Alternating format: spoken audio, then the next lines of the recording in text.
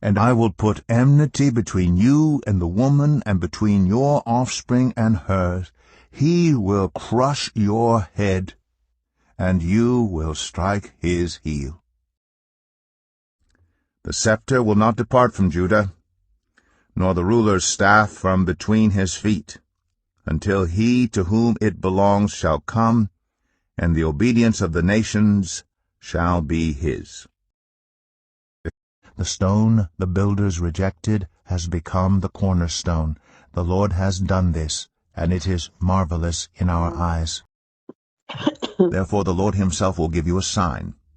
The virgin will conceive and give birth to a son, and will call him Emmanuel. Nevertheless, there will be no more gloom for those who were in distress. In the past he humbled the land of Zebulun and the land of Naphtali. But in the future he will honor Galilee of the nations by the way of the sea beyond the Jordan. The people walking in darkness have seen a great light. On those living in the land of deep darkness a light has dawned.